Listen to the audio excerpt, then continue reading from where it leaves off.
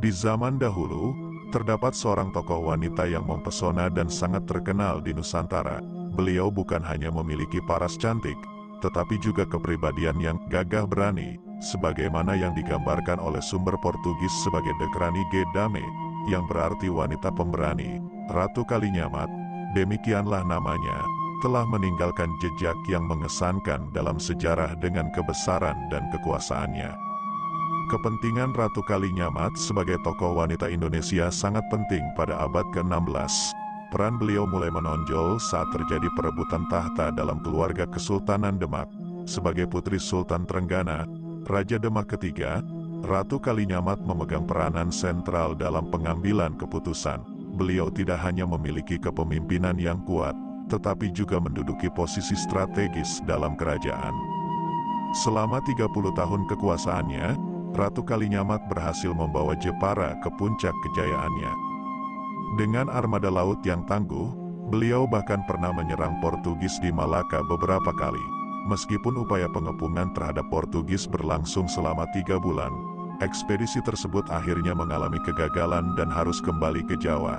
Salah satu pemimpin ekspedisi militer Ratu Kalinyamat ke Malaka adalah Kiai Demang Laksamana, seperti yang disebutkan dalam sumber Portugis dengan nama Kuili Damao.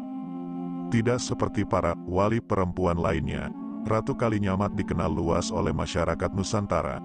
Namanya sering disebut dalam tulisan sejarah oleh beberapa ahli, seperti H.J. de Graaf, Slamet Muljana, dan Purwadi.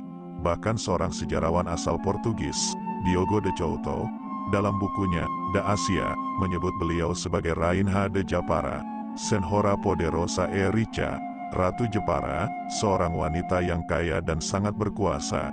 Julukan De Kranige Dame, wanita pemberani, juga diberikan padanya.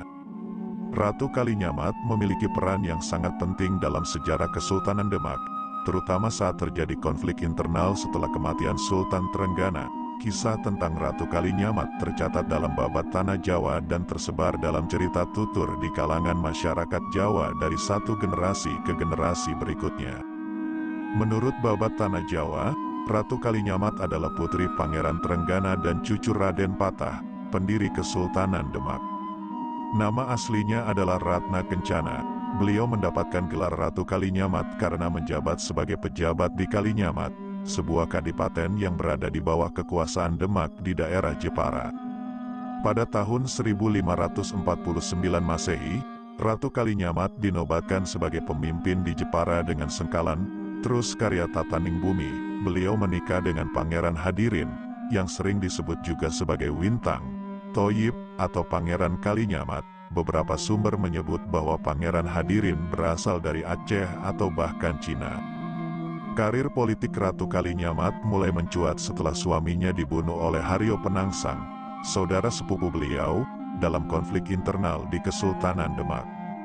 Konflik ini berawal dari pertikaian antara Sunan Prawoto, adik Ratu Kalinyamat, dan Haryo Penangsang karena dendam masa lalu terkait pembunuhan Pangeran Sedolepen yang dilakukan oleh Sunan Prawoto.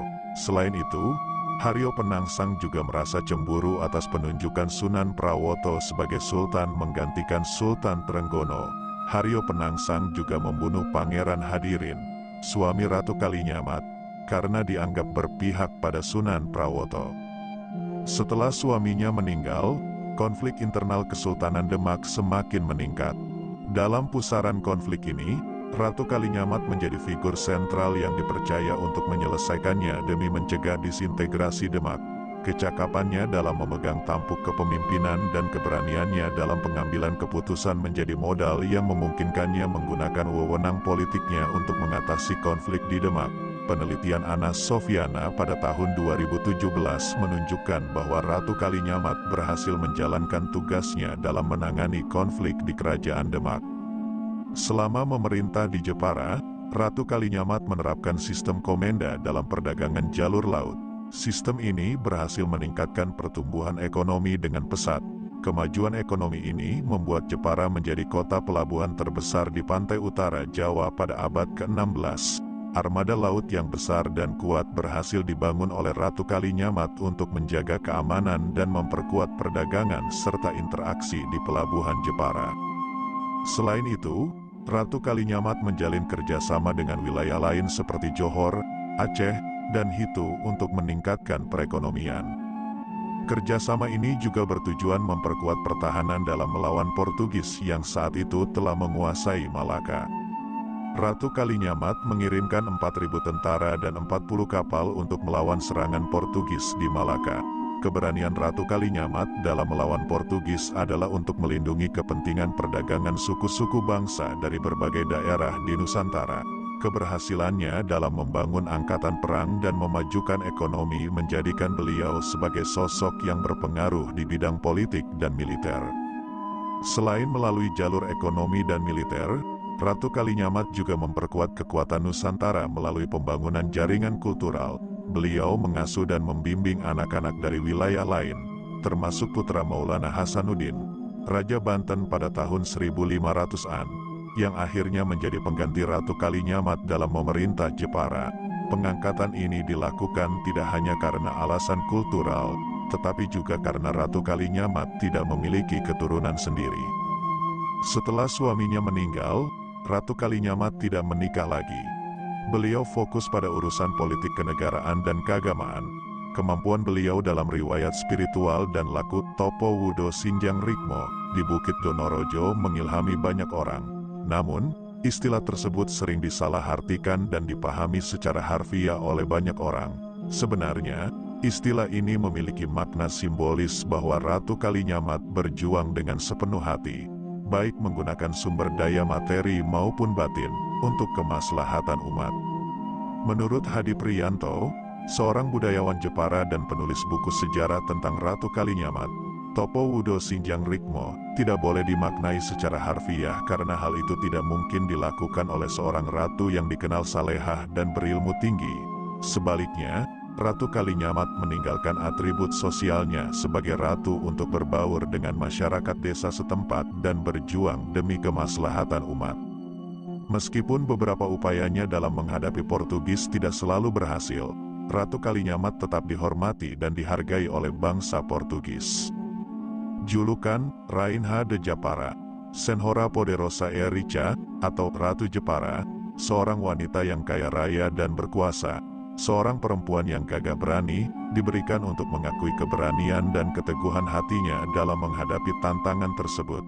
Kisahnya menjadi inspirasi bagi banyak wanita Indonesia untuk meneladani kegigihan dan kepahlawanan Ratu Kalinyamat. Ratu Kalinyamat wafat di Jepara pada tahun 1579 dan dimakamkan di dekat makam Pangeran Kalinyamat di Desa Mantingan, Kecamatan Tahunan, Kabupaten Jepara. Meski fisiknya telah tiada, warisan perjuangan dan kepemimpinannya tetap dikenang oleh banyak orang. Cerita tentang keberanian dan kepintarannya terus berputar dari generasi ke generasi, mengilhami banyak wanita Indonesia untuk mengikuti jejak langkahnya dalam membangun dan melindungi bangsa.